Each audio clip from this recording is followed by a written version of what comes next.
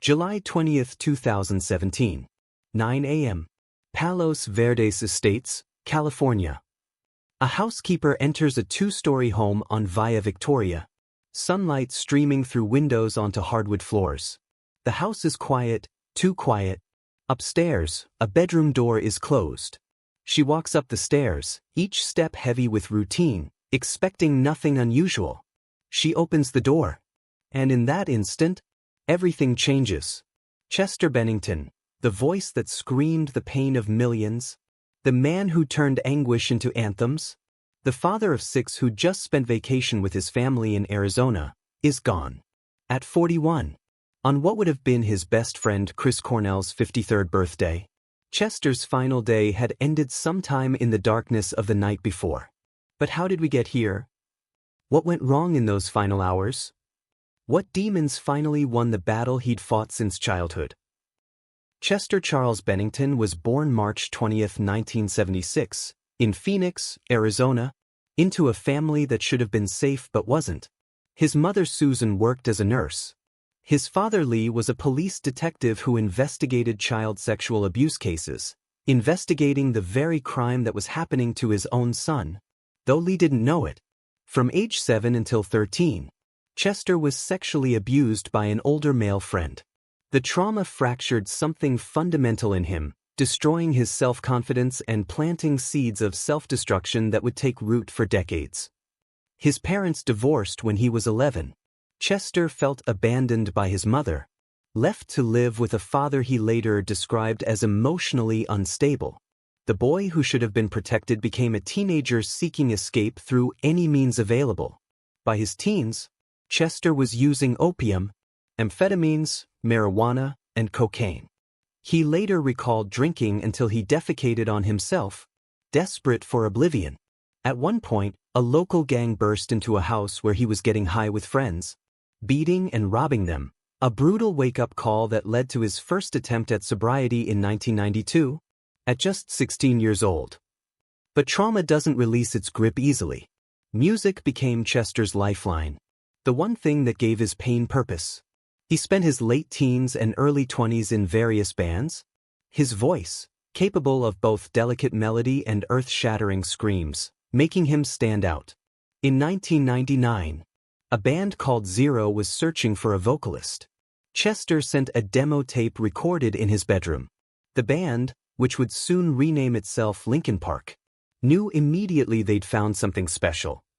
Linkin Park's debut album, Hybrid Theory, dropped in 2000 and became a cultural earthquake.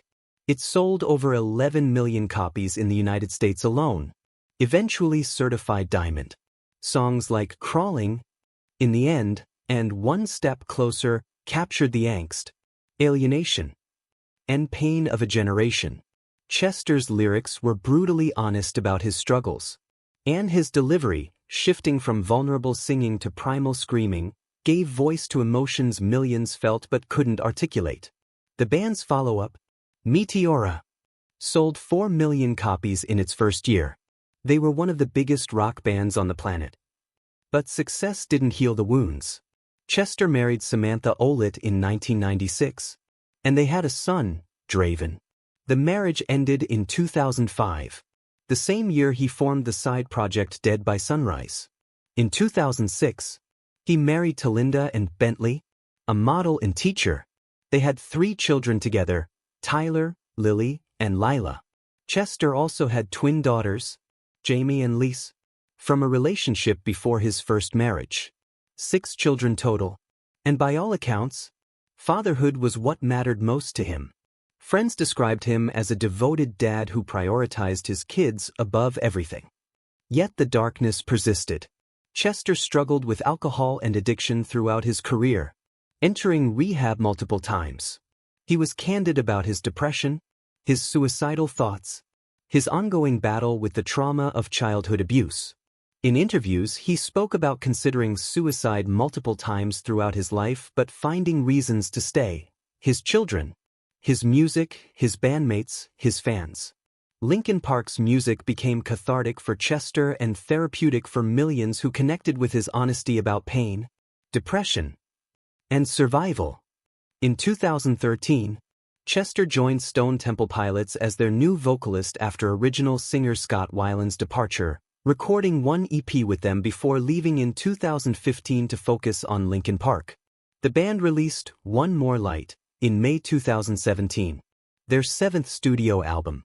The sound was different, more pop-oriented, less heavy, and divided fans. Some accused the band of selling out. Chester defended the artistic evolution, but the criticism stung. Then, on May 18, 2017, Chris Cornell died by suicide. Cornell, the legendary Soundgarden and Audioslave frontman, had been one of Chester's closest friends. They toured together, performed together, bonded over shared struggles with addiction and depression. Cornell was the godfather of Chester's son Christopher. The loss devastated Chester. On May 26, at Cornell's funeral at Hollywood Forever Cemetery, Chester sang Hallelujah, his voice fragile, plaintive, heartbreaking. He wrote an open letter to Cornell, posted online, expressing his inability to imagine a world without his friend in it. Less than 2 months later, Chester would be gone too. The week before, in the days leading up to July 20th, Chester had been in Arizona on vacation with Talinda and their children. According to those close to him, he seemed in relatively good spirits. After Chris Cornell's death 2 months earlier, Chester had thrown himself into work, telling friends he was feeling creative, that he'd written 6 new songs. To some, this seemed like healing. To others, it felt like frantic distraction. The Linkin Park World Tour for One More Light was scheduled to begin in less than a week, with the first show set for July 27 in Mansfield, Massachusetts. On July 19, Chester returned to California alone, telling his family he needed to get back for work. The band had a photo shoot scheduled for the morning of July 20th. Talinda and the children stayed in Arizona, planning to return later. Chester arrived at his Palos Verdes Estates home, a $2.4 million property he'd purchased only in May, just 6 weeks earlier, around 10:30 p.m. that Wednesday night. July 20th, 2017, the final morning. What happened in those final hours between Chester arriving home Wednesday night and the discovery Thursday morning remains largely private.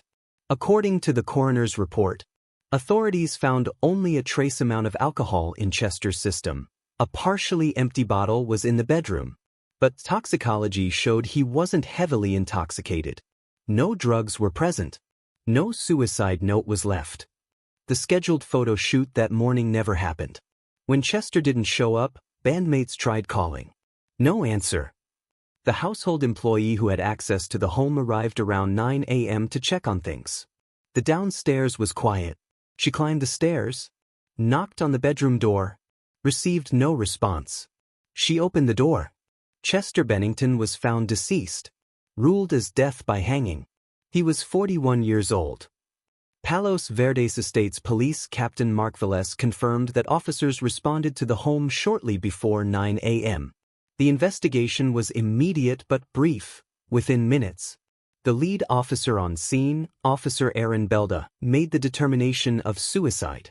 According to police reports, this assessment was made within 11 minutes of arrival, without consulting homicide detectives from the Los Angeles Sheriff's Department.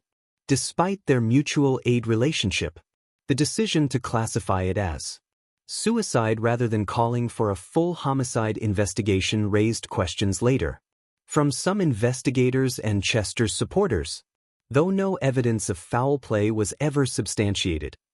By midday, helicopters circled the exclusive neighborhood. Someone inside the house hung blankets over windows to block the media swarm. Across the street, neighbors described shock. One recalled Chester suggesting their families have dinner together just the previous weekend, saying he seemed like a real personable, nice guy. The community couldn't comprehend how someone so recently settled, so seemingly engaged with family and neighbors, could be gone. TMZ broke the news before police officially confirmed it, before Chester's family had been fully notified. The internet erupted. Fans gathered outside venues worldwide. Mike Shinoda, Chester's bandmate and creative partner of nearly 2 decades, tweeted simply, Shocked and heartbroken, but it's true. Linkin Park canceled the remainder of their tour. Tickets were refunded. The band went silent. Chester's funeral was held July 29, 2017, at South Coast Botanic Garden in Palos Verdes. A private ceremony attended by family, friends, and the musicians who'd shared stages with him over 2 decades. There was a full stage for musical tributes, a final recognition of what Chester lived for. 6 days before his death, he'd filmed an episode of Carpool Karaoke with his bandmates. Singing and laughing. His family allowed it to air months later as a tribute. A glimpse of joy in what became unbearably tragic context. The questions that haunted everyone. Why on Chris Cornell's birthday? Was it tribute, or was it the weight of that loss finally becoming unbearable? Could anyone have stopped it? Should the criticism of One More Light have been taken more seriously? As a sign of his fragility? Was the Arizona trip a goodbye masked as vacation? Chester's widow Talinda became an advocate for mental health awareness and suicide prevention, founding 320 Changes Direction, an organization aimed at reducing stigma around mental health struggles.